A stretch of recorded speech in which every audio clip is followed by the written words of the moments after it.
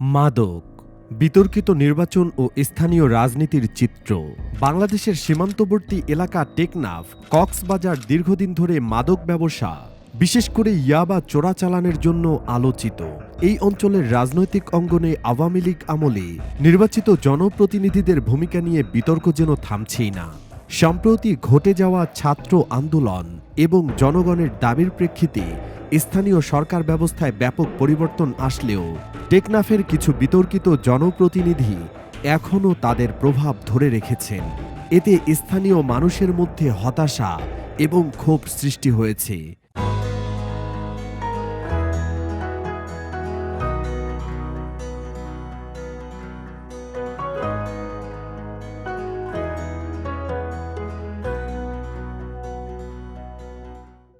কক্সবাজারের টেকনাফ ৩ নং সদর ইউনিয়নের চেয়ারম্যান জিয়াউর রহমান জিহাদ একজন বহুল আলোচিত মাদক কারবারি। তিনি জেলা বিএনপির অর্থ সম্পাদক মোহাম্মদ আবদুল্লাহর ভাই এবং আওয়ামী লীগের আমলে ইয়াবা বদির হাত ধরে বিতর্কিত নির্বাচনে জয়ী হওয়া চেয়ারম্যান। জিহাদ টেকনাফের বিএনপি নেতা হিসেবে পরিচিত থাকলেও জাতীয় নির্বাচনে নৌকা প্রার্থীর আনন্দ মিছিলে যোগদানসহ নির্বাচনী কার্যক্রমে জড়িত থাকায় তাকে ২০২৩ সালের ২৮ ডিসেম্বর বিএনপি থেকে বহিষ্কার করা হয়। জিহাদ আত্মস্বীকৃত ইয়াবা ব্যবসায়ী। স্থানীয়ভাবে জানা যায় তিনি আওয়ামী লীগের সাংসদ এবং দেশের শীর্ষ ইয়াবা ব্যবসায়ী আব্দুর রহমান বদির ঘনিষ্ঠ সহযোগী ছিলেন। এই সংযোগ তাকে প্রভাবশালী অবস্থানে এনেছে, যা স্থানীয় যুব সমাজ এবং ছাত্র সমাজের মধ্যে তীব্র অসন্তোষ তৈরি করেছে।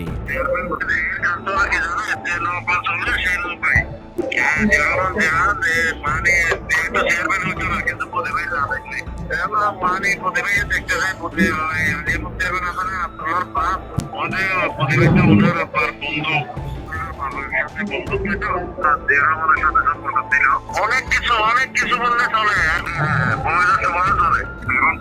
কিন্তু পানি পেলে কমিটির শো মানে এদের কিছু আছে সবকিছু যে আমাকে দিয়ে করছে।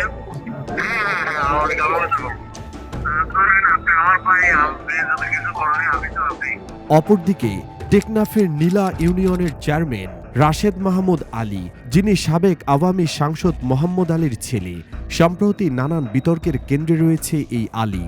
তার বিরুদ্ধে মাদক কারবার সহ একাধিক অভিযোগ রয়েছে। জুলাই বিপ্লবের ছাত্র আন্দোলনের একটি ভাইরাল ভিডিওতে বিতর্কিত এই চেয়ারম্যানকে ছাত্রদের উপর গুলি চালাতে দেখা যায়। এই ঘটনার পর স্থানীয় মানুষের মধ্যে তীব্র ক্ষোভের সৃষ্টি হয়। এছাড়া নীলা ইউনিয়নের সেবা কার্যক্রম সম্পূর্ণভাবে অচল হয়ে পড়েছে। চেয়ারম্যান এবং প্যানেল চেয়ারম্যান সহ ৩ জন জনপ্রতিনিধির অনুপস্থিতির কারণে ইউনিয়ন পরিষেবার কার্যক্রম বন্ধ রয়েছে বলে ইউপি সদস্যরা জানিয়েছেন। এতে নীলা ইউনিয়ন বাসিন্দারা জরুরি সেবা থেকে বঞ্চিত হয়ে চরম ভোগান্তিতে পড়েছেন। সম্প্রতি আওয়ামী লীগ সরকারের অধীনে গত ১৫ বছরে নির্বাচিত ৮১৮ জন চেয়ারম্যান ও মেয়রকে অপসারণ করা হয়েছে। স্থানীয় সরকার অধ্যাদেশ ২০২৪-এর ধারা ৩২ এর ক প্রয়োগ করে তাদের স্ব স্ব পদ থেকে অপসারণ করা হয়। সরকারের পক্ষ থেকে বলা হচ্ছে, এই জনপ্রতিনিধিদের বিরুদ্ধে সুষ্ঠু নির্বাচনের অভাব, প্রশাসনিক ক্ষমতার অপব্যবহার এবং মাদক ব্যবসায় সংশ্লিষ্টতার অভিযোগ ছিল। এই উদ্যোগ জনগণের দাবির প্রতিফলন এবং চলমান রাজনৈতিক আন্দোলনের একটি বড় অর্জন হিসেবে দেখা হচ্ছে। তবে টেকনাফের মতো এলাকায় এখনও অনেক বিতর্কিত জনপ্রতিনিধি তাদের প্রভাব ধরে রেখেছেন। বিশেষ করে জিয়াউর রহমান জিহাদ এবং রাশেদ আলীর মতো ব্যক্তিদের কার্যকলাপ নিয়ে নতুন করে আলোচনা শুরু হয়েছে। মাদক চক্র ও স্থানীয় অস্থিতিশীলতা। টেকনাফে জনপ্রতিনিধিদের একটি বড় অংশের বিরুদ্ধে মাদক চোরাচালানের অভিযোগ রয়েছে। ছাত্র সমাজ এবং স্থানীয় যুব সমাজের দাবি, মাদক ব্যবসায় জড়িত জনপ্রতিনিধিরা শুধু স্থানীয় প্রশাসনকেই দুর্বল করছে না, বরং দেশের স্থিতিশীলতা নষ্ট করার ষড়যন্ত্রে লিপ্ত ছিল। বাংলাদেশে চলমান ছাত্র জনতার বিপ্লবের অংশ হিসেবে বিতর্কিত জনপ্রতিনিধিদের অপসারণ শুরু হয়েছে। তবে টেকনাফের মতো এলাকায় এই প্রক্রিয়া কতটা কার্যকর হবে তা নিয়ে স্থানীয়দের মধ্যে শঙ্কা রয়েছে। ১৮ আগস্ট ২০২৪-এ তৎকালীন স্থানীয় সরকার উপদেষ্টা হাসান আরিফ বলেন, যেসব জনপ্রতিনিধি এখনও অপসারিত হননি তাদের বিষয়ে আলোচনা চলছে।